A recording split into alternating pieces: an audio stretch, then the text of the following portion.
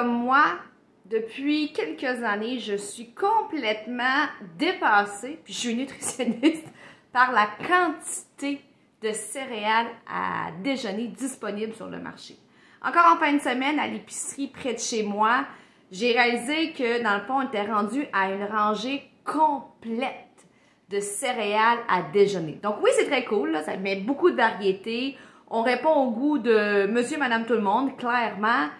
Mais je me disais, my God, comment un consommateur moyen est capable de départager le vrai du faux.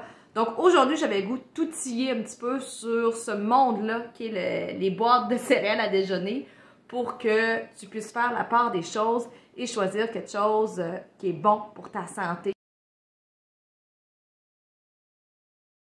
bon pour ton bien-être. Alors, mon nom, c'est Véronique Plante, je suis nutritionniste diététiste spécialisée en prévention et en diabète de type 2. Moi, ma mission, c'est de te donner des trucs, des astuces, des idées pour mieux comprendre l'impact de tes aliments sur ta santé et ainsi soit prévenir un diabète de type 2 si ton médecin te dit que tu étais sur le bord du diabète, ou sinon, si tu vis déjà avec le diabète de type 2, bien aussi comprendre l'impact des aliments sur ton taux de sucre, ta glycémie et idéalement, éviter l'ajout de médication au fil du temps ou l'arrivée brusque de l'insuline dans ta vie ou éviter des complications pour que tu vives le plus longtemps possible en santé avec le monde que tu aimes, que tu puisses réaliser tes petits et tes grands rêves. Donc aujourd'hui, je te partage mes quelques trucs pour savoir comment déterminer si une céréale à déjeuner est pas pire ou peut-être moins intéressante pour la santé globale. Premier truc, ne te fie jamais à l'emballage.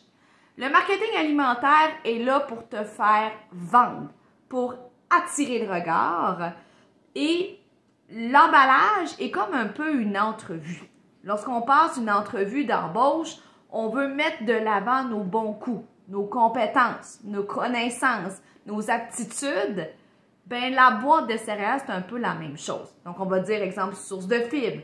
On peut mettre des images de petits fruits. On peut mettre des grains entiers. C'est pas une gang de menteurs. C'est juste qu'ils mettent de l'avant des éléments, des particularités de leurs céréales pour accrocher le regard et accrocher la boîte de céréales.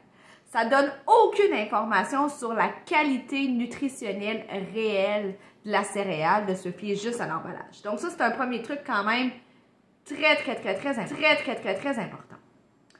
Le deuxième truc, c'est regarde la portion. Oh boy, la portion des fois peut nous jouer des tours.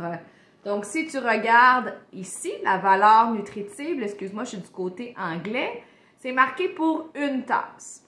Donc, c'est de se poser la question, mais moi comme personne, quand j'achète ce genre de produit-là, est-ce que je prends une tasse? Est-ce que je prends une demi-tasse? Est-ce que je prends 3 tasses?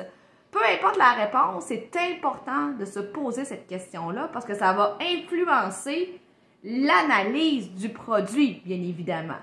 Pour la portion proposée par le commerçant, ben, les valeurs peuvent être tout à fait acceptables, mais si tu prends 3 fois la portion suggérée, ça se peut que ça ait une incidence sur ton taux de sucre puis sur ta gestion de la glycémie. Donc, c'est là que ça devient hyper important.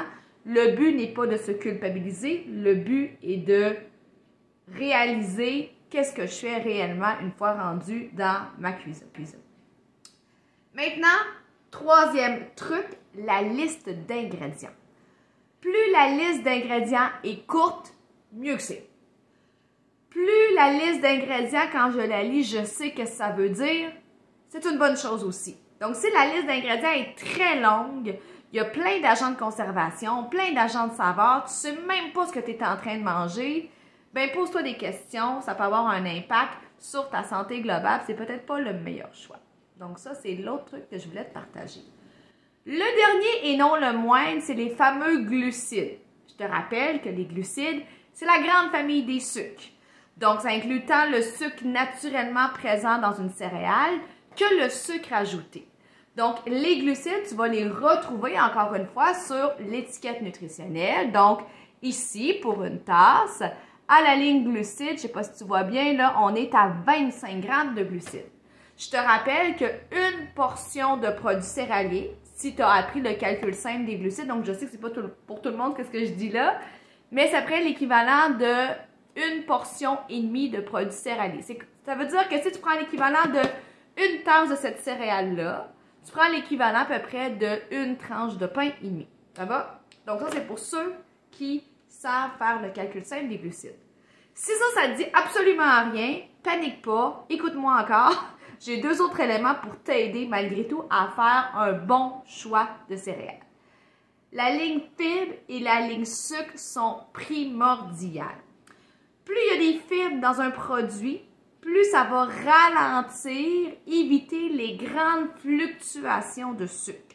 Donc, que tu sois prédiabétique ou diabétique de type 2, tu as tout avantage à mieux gérer ton taux de sucre et ça passe entre autres par les fibres. Ce qu'on vise, c'est un gros minimum de 2 grammes de fibres par portion, puis idéalement même un 4 et plus. Donc, plus il y en a, meilleur va être géré en règle générale ta glycémie.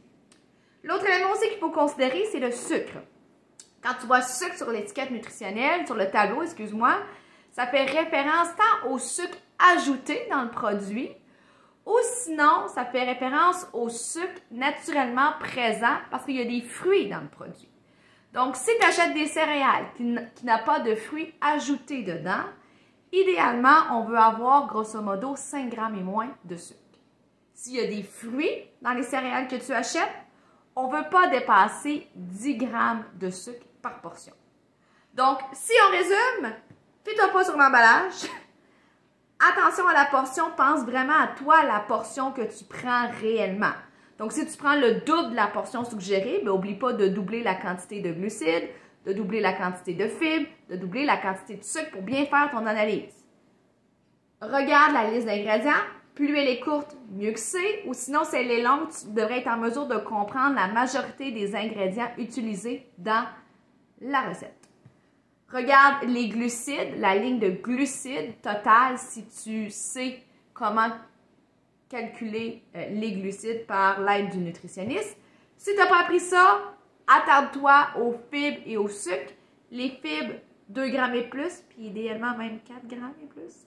Et le sucre, 5 grammes et moins s'il n'y a pas de fruits ajoutés dans tes céréales. Et 10 grammes et moins si tu achètes une boîte de céréales qui contient, exemple, des raisins secs ou des canneberges séchées. Donc, c'est à peu près le topo des céréales. Si tu veux en savoir plus sur le sujet, dans le descriptif, je te laisse des liens pour avoir des idées pratico-pratiques de céréales. Donc, j'espère que ça t'aide, ça t'outille comme à l'habitude. Si ce n'est pas déjà fait, abonne-toi à ma chaîne, active la petite cloche en haut pour savoir quand ma prochaine vidéo va apparaître. De toute façon, c'est assez simple, c'est à tous les mardis. Donc, j'espère que, encore une fois, tu te sens en confiance pour mieux nourrir ton corps et ta tête et vivre le plus longtemps en santé. Donc, je te dis à la prochaine. Bye!